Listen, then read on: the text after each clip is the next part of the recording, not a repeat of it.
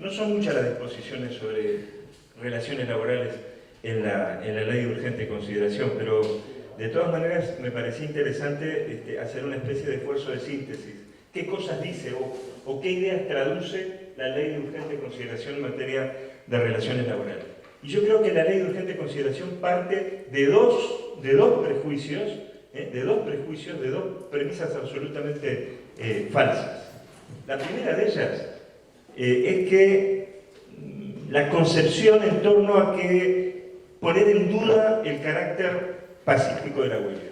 La ley de urgente consideración pone en duda el carácter pacífico que tiene el ejercicio del derecho de huelga. Y el segundo prejuicio que deja traslucir el articulado, este corto articulado de relaciones laborales de la ley de urgente consideración, es que el trabajador es más libre, el trabajador o la trabajadora es más libre en tanto se supriman las normas laborales que tienden a protegerlo. Menos normas de protección laboral hacen que el trabajador y la trabajadora sea más libre. Es un prejuicio típico del pensamiento liberal, pero está muy claramente plasmado en la ley de urgente consideración, también está muy claramente plasmado en la ley de teletrabajo, que adoptó la misma mayoría parlamentaria. Primer prejuicio, entonces. La ley pone en duda el carácter pacífico de la huelga. ¿Qué es lo que dice la ley? Artículo 392. El Estado garantiza el ejercicio pacífico del derecho de huelga. Eso es lo que dice la ley de urgente consideración. O sea que del universo de huelgas que se puedan hacer, de todas las huelgas que se pueden hacer, el Estado solo garantiza las que sean de carácter pacífico.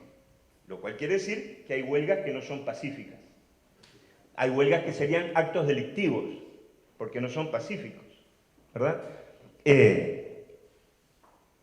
Yo, francamente, cuando preparaba esta breve exposición, repasaba mi ya larga trayectoria como abogado de sindicatos y no recuerdo a ningún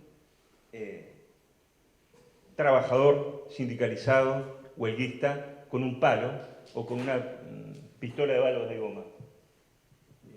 Sí he visto balas de goma incrustadas en la piel de los trabajadores, pero no trabajadores y trabajadoras haciendo un ejercicio no pacífico, un ejercicio delictivo, podríamos decirlo así, de la huelga. La huelga en realidad es un derecho humano fundamental. Esto es obvio para todos, pero conviene tenerlo presente cuando la ley de urgente consideración dice que únicamente se garantiza aquel que sea ejercido pacíficamente. ¿Y por qué? Porque en realidad, si nosotros decimos, como todo el mundo dice, que la huelga es un derecho fundamental, como el derecho a la salud, el derecho a la educación, el derecho a la vivienda, el derecho de propiedad, vaya así, nos debería llamar la atención que la ley de urgente consideración no dice que el derecho a la salud deba ser ejercido pacíficamente, o el derecho de propiedad deba ser ejercido pacíficamente. ¿Por qué entonces la ley de urgente consideración dice que el derecho de huelga debe ser ejercido pacíficamente? Si eso parece bastante obvio para cualquier derecho, ¿por qué únicamente se detiene, pone el foco en la huelga? Y aquí está el prejuicio. Aquí está el prejuicio. Aquí está el prejuicio. Yo si fuera marxista, que no lo soy, diría, bueno, es un prejuicio de clase. Podríamos decirlo así, ¿verdad? Indirectamente, lo que hace la ley de urgente consideración es que tiende a identificar la huelga con un acto de violencia. Esa es la verdad. Ese es el prejuicio que está en el fondo. La huelga está al borde o puede llegar a ser un acto de violencia. Por eso nosotros solamente vamos a garantizar el pequeño territorio de aquellas que se hacen de manera pacífica. Lo cierto es que la huelga genera sí una tensión, genera una presión, genera un malestar, un perjuicio, una perturbación. Desde luego que sí. En primer lugar para el trabajador o la trabajadora que la hace, ¿verdad? Porque se ve privado de su salario y el empleador se verá privado de incrementar sus ganancias. Entonces, es ciertamente un perjuicio también para los usuarios, pero es que en realidad la huelga se hace por eso. Si nosotros le quitamos esa adrenalina a la huelga, no nos quedamos con nada. La huelga no es para agradar a nadie. Nadie entra en un conflicto, en ningún orden de la vida, para pasarla bien. A los conflictos se ingresa cuando no queda otro camino. Y la huelga justamente es el gran motor del crecimiento de los derechos laborales y los derechos sociales en el Uruguay y en cualquier país del mundo. Derechos conquistados a través de la lucha gremial que alcanza no solamente a aquellos que se sacrificaron, sino también a quienes no optaron por no hacer la huelga, por los no huelguistas.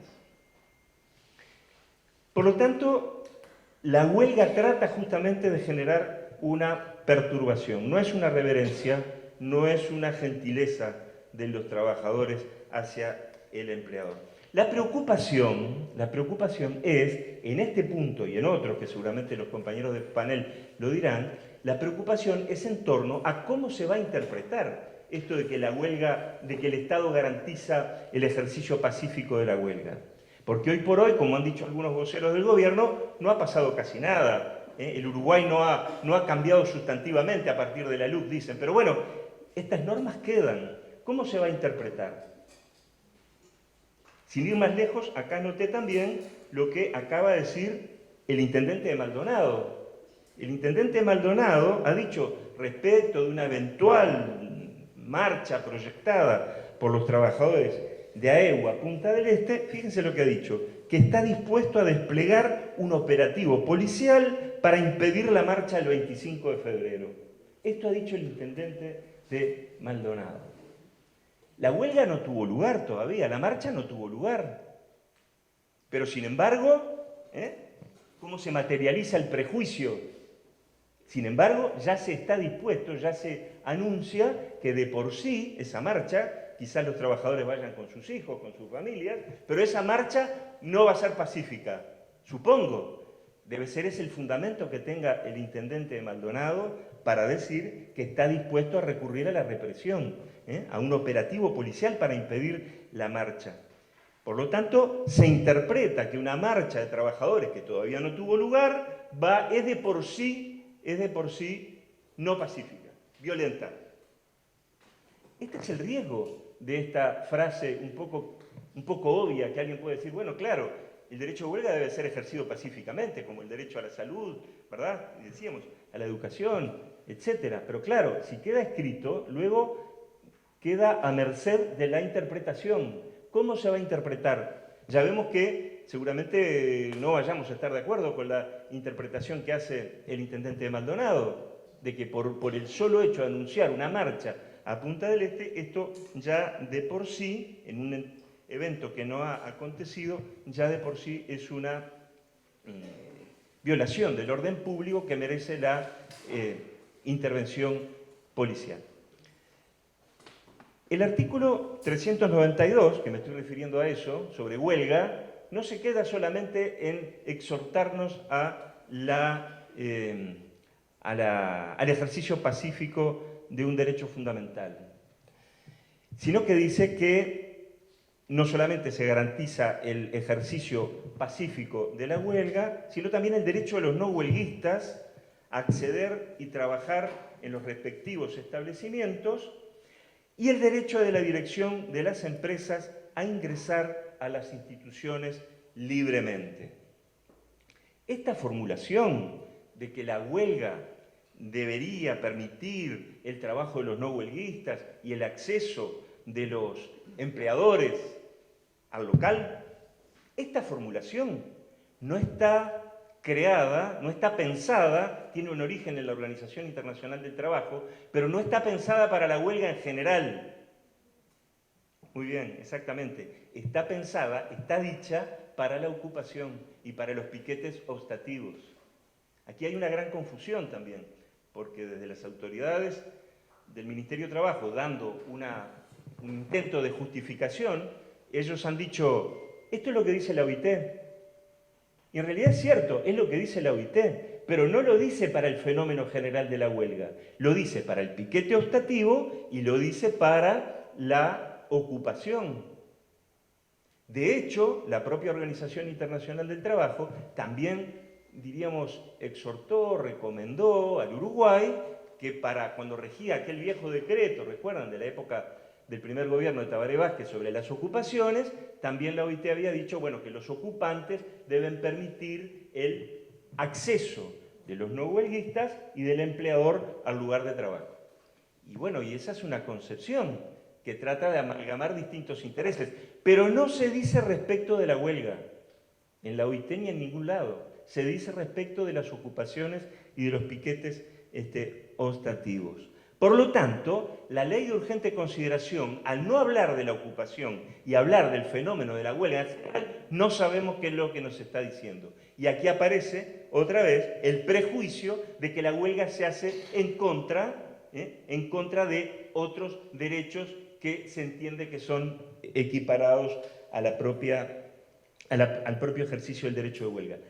Y esto es muy interesante desde el punto de vista también de cómo puede llegar a ser interpretado esto de permitir el trabajo de los no huelguistas.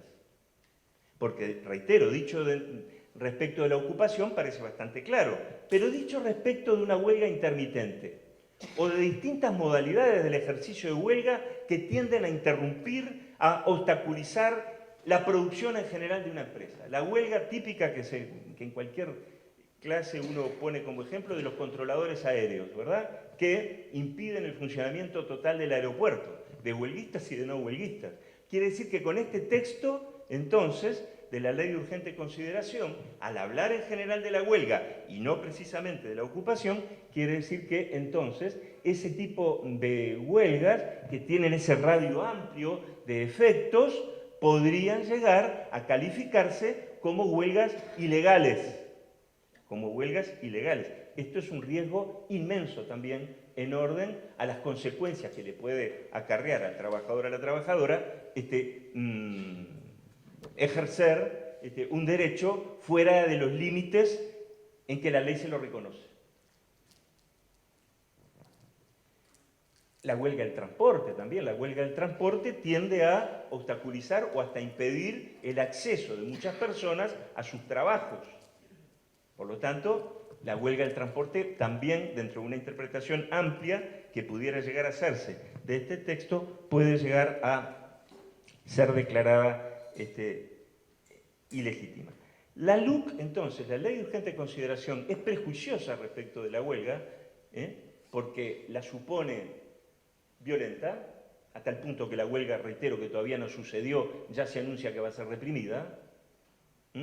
Pero además, entonces, de ser prejuiciosa, las interpretaciones que surjan a partir de este texto tan ambiguo pueden dar lugar todavía a mayores limitaciones y a impedir la efectividad del derecho. La Constitución nuestra, en el artículo 57, dice que la huelga debe reglamentarse para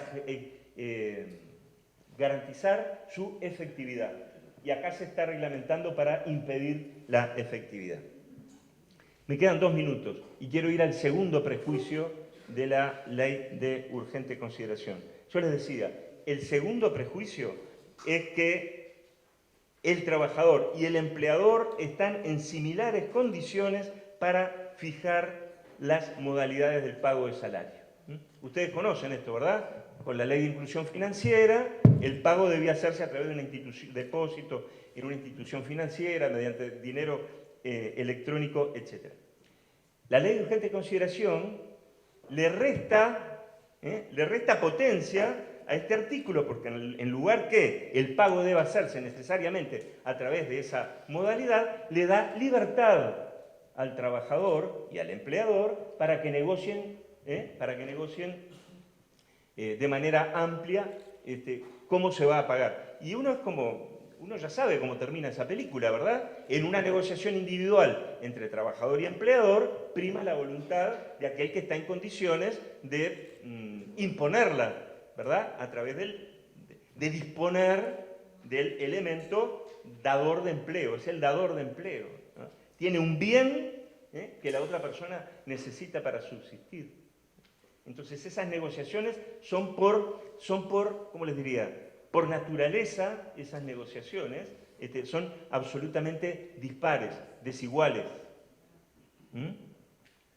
Distinto sería si el legislador de la ley de urgente consideración no lo iba a decir, está claro, no podemos esperar que lo diga eso, pero podría haber dicho que la modalidad de pago podrá definirse por convenio colectivo o por resolución del Consejo de Salarios.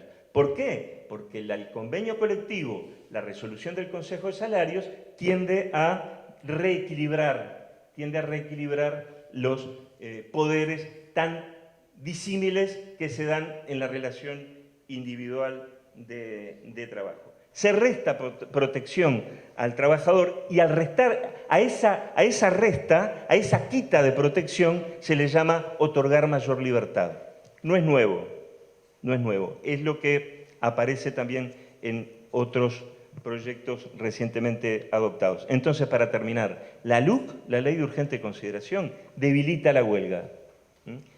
Pero debilita la huelga en el entendido de que debilita el principal instrumento, la huelga, más la negociación colectiva, que permite compensar la desigualdad de la relación individual de trabajo. La huelga y la negociación colectiva permiten compensar la desigualdad de la relación individual de trabajo. Y la ley de urgente consideración le resta eficacia a la huelga, más otras interpretaciones peores todavía que podemos encontrarnos en el futuro. Y además refuerza el poder del empleador en la relación individual de trabajo porque deja en libertad, entre comillas, deja en libertad a las partes para pactar la modalidad de pago del salario.